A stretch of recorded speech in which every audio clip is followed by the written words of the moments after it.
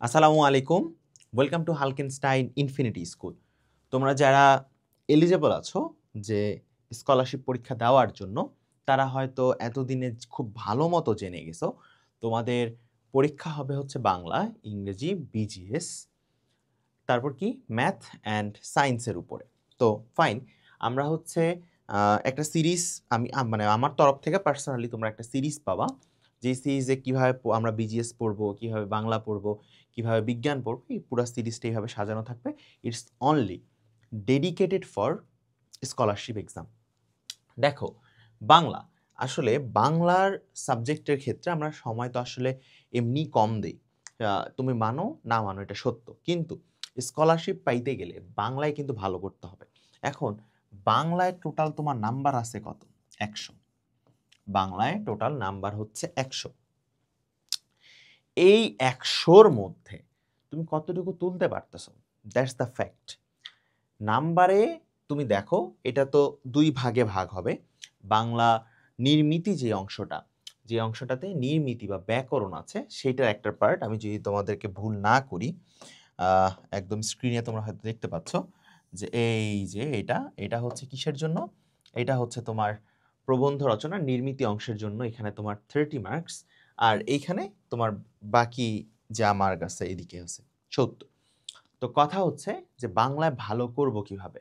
এখন একটা সিম্পল জিনিস তুমি চিন্তা করো, বাংলায় ভালো করতে গেলে তোমাকে সবার আগে এমসিকিউ যেটা আছে, এই যে দেখো এমসিকিউ, এই এমসিকিউতে ভালো করতে হবে। এই যে এমসিকিউ, বহু নির্বাচনীতে ভালো করতে হবে, এবং এইখানে কোনো মার্ক আসলে ছাড়া যাবে না। বহু নির্বাচনীতে কোনো মার্ক ছাড়া, আমি লিখে দিচ্ছি যে এইখানে কোনো মার্ক ছাড়া যাবে না, ছাড়া যাবে না। তাহলে বহু নির্বাচনের ক্ষেত্রে তোমার কোথা থেকে কোনটা কোনটা আসতেছে? গদ্য থেকে 5টা আসবে, এটা তো তুমি শিওর যে তোমার গদ্য থেকে 5টা আসবেই। কবিতা থেকে 5টা আসবে, আর ব্যাকরণ অংশ থেকে আসবে কয়টা? 10টা। তো এইখানে কি কি থেকে আসতেছে? গদ্য থেকে আসতেছে 5টা, পদ্য থেকে আসতেছে 5টা, ব্যাকরণ থেকে আসতেছে 10টা। সো তোমার কিন্তু ভুল হওয়ার যে মেজরিটি চান্স, এটা কিন্তু এই ব্যাকরণ থেকেই হবে ভুল হইলে। সো ব্যাকরণ বইয়ের যেই জায়গাগুলোতে আমার এমসিকিউ আছে, ধ্বনি বলো, ধ্বনির শব্দ বলো, বর্ণ বলো, তারপর হচ্ছে তোমার অল্পপ্রাণ মহাপ্রাণ বলো, ঠিক আছে, যেইখান থেকে ভুল হওয়ার সম্ভাবনা বেশি, সেই জিনিসগুলো বারবার পড়তে হবে ব্যাকরণ বা নির্মিতি অংশে। আমি সিম্পল একটা জিনিস তোমাদেরকে বলি, আমি স্টিল সবচেয়ে বেশি যেই সাবজেক্ট ভয় পাই সেটা হচ্ছে বাংলা দ্বিতীয় পত্র। আল্লাহ, অনেক কঠিন আমার কাছে মনে হয় পার্সোনালি। সো তোমাদের কাছেও বাংলা দ্বিতীয় হয়তো অনেকের কাছে কঠিন লাগে। তো বাংলা দ্বিতীয়টাতে তোমার এই যে কি বলে, তোমার এমসিকিউতে 10 মার্কস আছে। সো চেষ্টা করবা যে এমসিকিউতে যে টোটাল 20, এই 20-এর ভিতরে 20ই পাওয়ার, না হলে সর্বোচ্চ 1 থেকে 2 মার্ক যেন তোমার কাটা যায়, অর্থাৎ 18 থেকে 19 এর ভিতরেই তোমাকে রাখতে হবে। এর কারণ হচ্ছে এইখানে নাম্বার তো কাটার কোনো স্কোপ নাই, কিন্তু তোমার নাম্বার কাটার স্কোপ কোথায় আছে? তোমার নাম্বার কাটার স্কোপ আছে হচ্ছে সৃজনশীল প্রশ্নে। এখন তুমি যদি সৃজনশীল প্রশ্নে তুমি যেই কাঠামোটা, সৃজনশীলের কাঠামোটা কিসের উপর বলো দেখি তোমরা? সৃজনশীলের কাঠামোটা হচ্ছে এই যে জ্ঞান,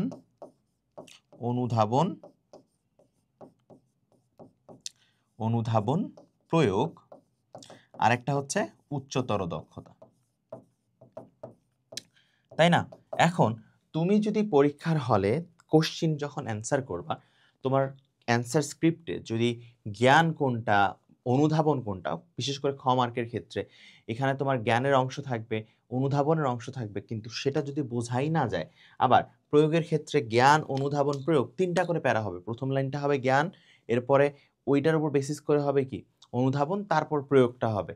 কিন্তু তোমরা করো কি, এমনভাবে মিক্সড আপ করে লিখো, আসলে খুঁজে পাওয়াটাই মুশকিল হয়ে যায় কোনটা জ্ঞান, কোনটা অনুধাবন, কোনটা প্রয়োগ। সো এই কাজটা করবা না। সো সুন্দর করে প্যারা করে লিখবা। তোমার জ্ঞানের ক্ষেত্রে এটা জাস্ট সিম্পল 1 লাইন বা 2 লাইন। অনুধাবন অবশ্যই 2টা প্যারা হবে। কয়টা প্যারা? 2টা। প্রথমটাতে থাকবে জ্ঞানের অংশ, পরেরটাতে হবে অনুধাবনের অংশ। আর প্রয়োগের ক্ষেত্রে কয়টা প্যারা হবে? 3টা। উচ্চতর দক্ষতার ক্ষেত্রে প্যারা হবে কয়টা? 4টা। প্রথমে হবে জ্ঞান, অনুধাবন, প্রয়োগ, লাস্টে হচ্ছে স্টেটমেন্ট দিবা যে তোমার এটা ঠিক নাকি ঠিক না, ঠিক হইলে কেন ঠিক, ভুল হইলে কেন ভুল, জাস্ট 2 লাইনে লিখে দিবা। তো এখন একটা জিনিস দেখো, গদ্য থেকে জিনিসগুলা উত্তর করা যতটা সহজ, পদ্য থেকে কিন্তু ততটাই কঠিন। এর জন্য পদ্যে কি বলছে তোমাকে সেটা বুঝতে হবে। যেমন আমরা হচ্ছে যখন ইন্টারমিডিয়েটে পড়ছি, অর্থাৎ তোমার হচ্ছে এইচএসসিতে আমাদের একটা কবিতা ছিল হচ্ছে বিভীষণের প্রতি মেঘনাদ। সো এইখানে এমন অনেক কিছু আছে কবিতার ভিতরে, সো যেটা এমনি পড়লে বোঝা যাইতো না। এটা তোমাদেরকে মানে বারবার পড়ে বুঝতে হইতো যে হ্যাঁ লেখক এইটা বোঝাইতে চেয়েছে। ঠিক আছে? সো কবিতা থেকে তোমার অ্যান্সার করা অনেক টাফ, কারণ ভালো মতো অ্যান্সার করা টাফ না, ভালো মতো লেখাটা অনেক টাফ কবিতা থেকে সৃজনশীল। সো প্র্যাকটিস করতে হবে। এখানে তোমার 40 মার্ক আছে, 40 মার্ক। তুমি যদি একটু ভুলভাল লিখো, তুমি যদি আগের মতোই লিখার চেষ্টা করো যে উদ্দীপকের গুরুত্বই অপরিসীম, উদ্দীপকের গুরুত্বই অপরিসীম, আবার উদ্দীপকটাই তুলে দিচ্ছ, তাহলে এই ক্ষেত্রে বাবা তোমার নাম্বারটা একটু তুমি ভুলে যাও যে তুমি নাম্বার পাবা। কেন? এইখানে হচ্ছে তোমার সেরাদের ভিতর সেরা তোমাকে বের করবে। সো তারা তো খাতাটা ওইভাবেই দেখবে। এইখানে তুমি যে কাজটা করবা, আমি বারবার বলছি, লিখার ক্ষেত্রে জ্ঞান, অনুধাবন, প্রয়োগ, উচ্চতর দক্ষতা, অর্থাৎ কোশ্চিন ওয়াইজ আমরা সেইভাবে জিনিসটা লিখব। আর কবিতার ক্ষেত্রে যেটা করবা, কবিতার মূল ভাবটা আসলে কি বলতেছে সেটা তোমাকে বুঝতে হবে। ঠিক আছে? যেমন বিভীষণের প্রতি মেঘনাথের উদাহরণটা একটু আগে দিলাম। এখানে ছিল এত এতক্ষণে জানিনু কেমনে লক্ষণ পুষিল হায় রক্ষপুরে, আ হায় তা তো উচিত কি তব এ কাজ, নিকষা সতী তোমার জননী সহোদর রক্ষ শ্রেষ্ঠ, শুলি শুম্ভ নিভ কুম্ভকর্ণ ভ্রাতৃপুত্র বাসব বিজয়ী, নিজ গৃহপথ তা তো দেখাও তস্করে, চণ্ডালে বসাও আনি রাজার আলয়। এই যে একটা কথা বলছে, চণ্ডালে বসাও আনি রাজার আলোয়। সো কোশ্চিন আসে কিন্তু এখান থেকে যে এই লাইনটা থেকে কি বোঝায়। ঠিক আছে? বাস উদ্দীপকটা তুলে দিছে যে এটার সাথে এটা সাদৃশ্য কি। সো এই জিনিসগুলো বুঝতে হবে তোমাদের। আমি একটা ইন্টারমিডিয়েটের কবিতা দিয়ে উদাহরণ দিলাম। সো তোমাদের কাছে হয়তো কঠিন হয়ে গেছে। আমরা যখন ক্লাস 8 এ পড়ছিলাম তখন হচ্ছে আমাদের সময় একটা কবিতা ছিল হচ্ছে নদীর স্বপ্ন। বুদ্ধদেব বসুর লিখা 'নদীর স্বপ্ন'। ঠিক আছে? সো এখানে আ কি বলে হচ্ছে এক ভাই, এক বোন হচ্ছে আ পদ্মা নদীতে ভ্রমণে বের হইছে। ভ্রমণে না, তারা চিন্তা করছে যে আমরা ভ্রমণে বের হব। দেন তারা ইমাজিন করতেছে যে তার ভাই মাছ ধরতেছে, মাছ রান্না করতেছে, মাছ রান্না করে তারা খাচ্ছে। এই যে একটা বিষয়, একটা কবিতার ভিতর ফুটে উঠছে, এটা কিন্তু তোমাকে আসলে বুঝতে হবে যে কোন কবিতায় কোন জিনিসটা ফুটে উঠছে। কোন কবিতার মোরালটা কি আসলে? দেশপ্রেম নিয়ে কোনটা, তারপর হচ্ছে দেশের প্রতি ভালোবাসা বা দেশের প্রতি হচ্ছে তোমার টান, বা হচ্ছে কি বলে তোমার বিদ্রোহ, কোন কবিতার থিম কোনটা, এটা তোমাকে আসলে বুঝতে হবে। এরপরে আসো বর্ণনামূলক। আনন্দ পাঠ থেকে একটা বর্ণনামূলক প্রশ্ন থাকবে। ঠিক আছে? তো এইখানে একটা প্রশ্নই থাকবে, আনন্দ পাঠ থেকে একটা বর্ণনামূলক থাকবে। সো এইখানে মার্ক থাকতেছে কিন্তু তোমার 10। কত? 10। সো এখানে দেখো প্রশ্নের 2টা অংশ থাকবে। ক অংশের জন্য 3 মার্ক, খ অংশের জন্য 7 মার্ক। সো যেটা কোশ্চেনের জন্য 7 মার্ক, সো সেটা কিন্তু সেইভাবেই উত্তর করতে হবে। যেমন আমি আমি সৃজনশীল যখন আমি লিখতাম, টু বি অনেস্ট অনেকে এখন বলে যে ভাইয়া কত পাতা করে উত্তরগুলা লিখবো, কয় পৃষ্ঠা করে লিখবো। আমার কথা হচ্ছে, আমার এই পেজ থেকে যখন আমি লিখা শুরু করব, কটা আমার এইটুক জায়গার মধ্যে শেষ, খ হচ্ছে আমার এইটুক জায়গার মধ্যে শেষ। ক আর খ, কয় আরেকটু কম স্পেস লাগে, ক আর খ এইটুকের মধ্যে শেষ। আমি যখন গ লিখতে যাব, আমার গ শুরু হবে হচ্ছে এখান থেকে। আমি এখানে জ্ঞান লিখলাম, আবার এরপর অনুধাবন লিখা শুরু করলাম। এরপর প্রয়োগটা হচ্ছে আমি কোথায় করব? এই পরের পেজে করব। আর ঘ নাম্বারের ক্ষেত্রে যখন লিখব, সেম টু সেম, এই যে জ্ঞান, অনুধাবন যা করছে এইটাতে, প্রয়োগ যা করছে এই যে এটাতে, আর উচ্চতর দক্ষতার ক্ষেত্রে স্টেটমেন্ট দিবা হচ্ছে এই যে এটুক। তাহলে কয় পেজ করে হচ্ছে দেখো তো? 1 2 3 4 5, 5.5 পেজ করে তোমাকে অন অ্যান এভারেজ লিখতে হবে। অনেকে 6 পেজও লিখে। সো এটা হচ্ছে মডারেট ইয়া। তো হচ্ছে নাম্বার দেখো, এটা 4 মার্কের জন্য তুমি এখানে লিখছো। তো 7 মার্কের জন্য হলে কোশ্চেনটা সেভাবেই আসবে এবং সেইভাবেই উত্তরটা কিন্তু করতে হবে, যেটা হচ্ছে তোমার 7 মার্কের জন্য। তাহলে দেখো, তুমি সিকিউতে এখানে যত ভালোই লিখো না কেন, স্যার কিন্তু তোমাকে 9 এর বেশি নাম্বার দিবে না।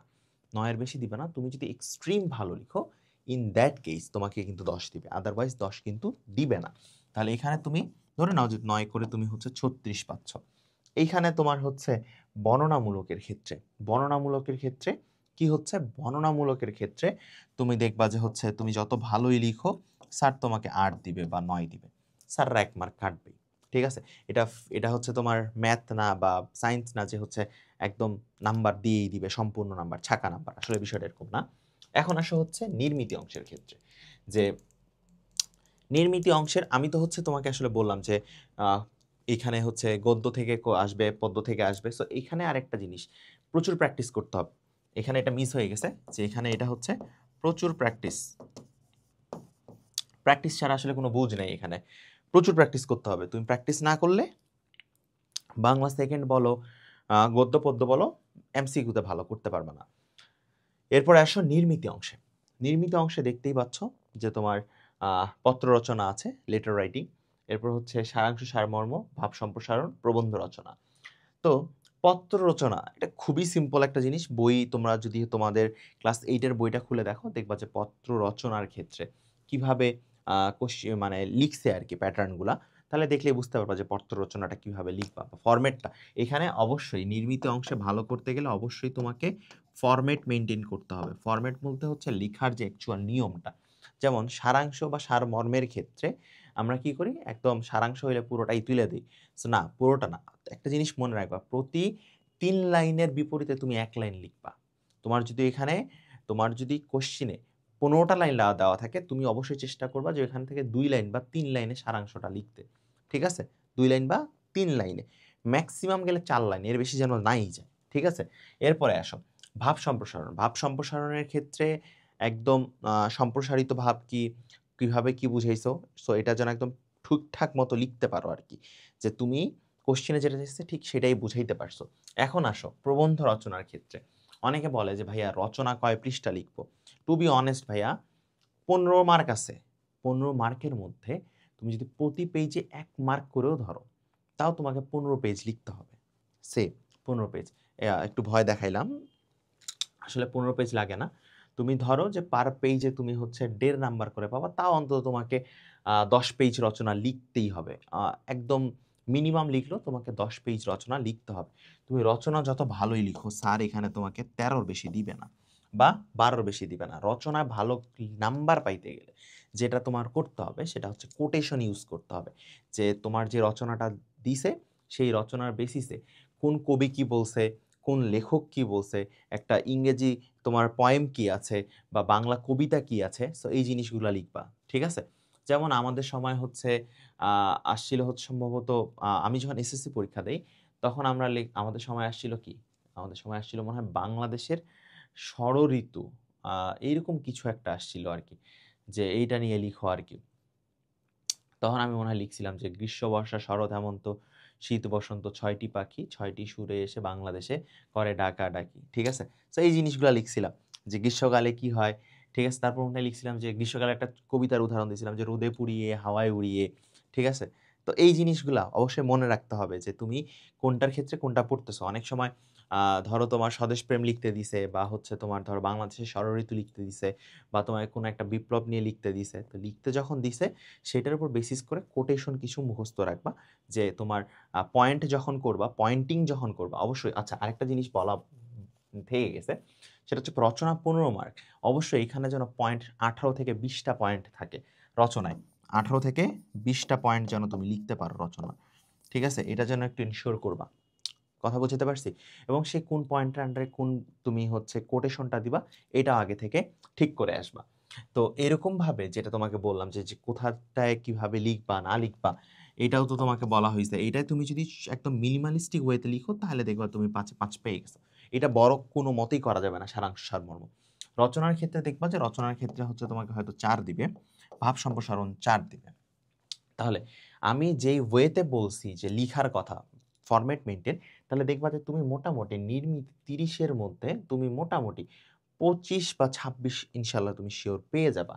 আর এইখানে তুমি যদি এমসিকিউ ভুল না করো, তুমি একদম পরীক্ষা ফাটায় দিয়ে আসতে পারবা, আল্লাহ ভরসা। ঠিক আছে, তাহলে বাংলা পড়ার ক্ষেত্রে আমার সবার আগে এমসিকিউর ক্ষেত্রে গুরুত্ব থাকবে বাংলা ব্যাকরণ, গদ্য আর পদ্য। তো গদ্য আর পদ্যের ক্ষেত্রে তো তুমি যদি গদ্য আর পদ্য হচ্ছে মোটামুটি যেটা পড়ো সেটা পড়লেও তুমি হচ্ছে 5-এর মধ্যে 4টা তো ইজিলি পারবা। এখন একটার জন্য তোমাকে অনেক বেশি পড়তে হবে। কিন্তু ব্যাকরণটা তোমাকে ব্যাকরণ তোমাকে বারবার পড়তে লাগবে। নাহলে কিন্তু অ্যান্সার করতে পারবা না ঠিকমতো বা করলেও ভুল অ্যান্সার করে আসবা। সৃজনশীল লেখার ক্ষেত্রে অবশ্যই ফরম্যাট মেইনটেইন যেটা বলছি, আর অবশ্যই এই যে যেটা লিখে দিছি এই যে এভাবে কত পেজ করে লিখবা এটা অবশ্যই মেইনটেইন করার চেষ্টা করবা। আরেকটা হচ্ছে হ্যাঁ, হাতের লিখাটা ভালো করতে হবে। যেহেতু লিখা অনেক, এই লিখা অনেকের মাঝখানে আমরা করি কি হাতের লিখাটা গুলায় ফেলি। সো হাতের লিখাটা গুলায় ফেলা যাবে না। হাতের লিখাটা সুন্দর, নিট অ্যান্ড ক্লিন হইতে হবে। ঠিক আছে? সো বর্ণনামূলকটা নিয়ে তো হচ্ছে আমি কথা বলছি, নির্মিতি নিয়েও বললাম। সো যা বলা হইছে তোমাকে এই ভিডিওর মূল উদ্দেশ্য হচ্ছে কি তোমাকে বলে দিব যে কোনটা আসতেছে না। এই ভিডিওর মূল উদ্দেশ্য হচ্ছে তুমি কোনটা কিভাবে পড়বা, কতটুকু পড়বা। আমি এখানে বললাম যেমন বাংলা ব্যাকরণ বেশি পড়তে হবে। এখানে তোমাকে লিখার ফরম্যাটটা দেখাইছি কিভাবে তুমি ম্যাক্সিমাম নাম্বার পাবা। এখানে ফরম্যাট দেখাইছি কত পেজ লিখতে হবে। সো ভিডিওর মূল উদ্দেশ্য হচ্ছে তোমাকে এই জিনিসগুলো জানানো। ঠিক আছে? ভালো থাকো, সুস্থ থাকো। দেখা হচ্ছে পরের ভিডিওতে। আসসালামু আলাইকুম। আল্লাহ হাফিজ।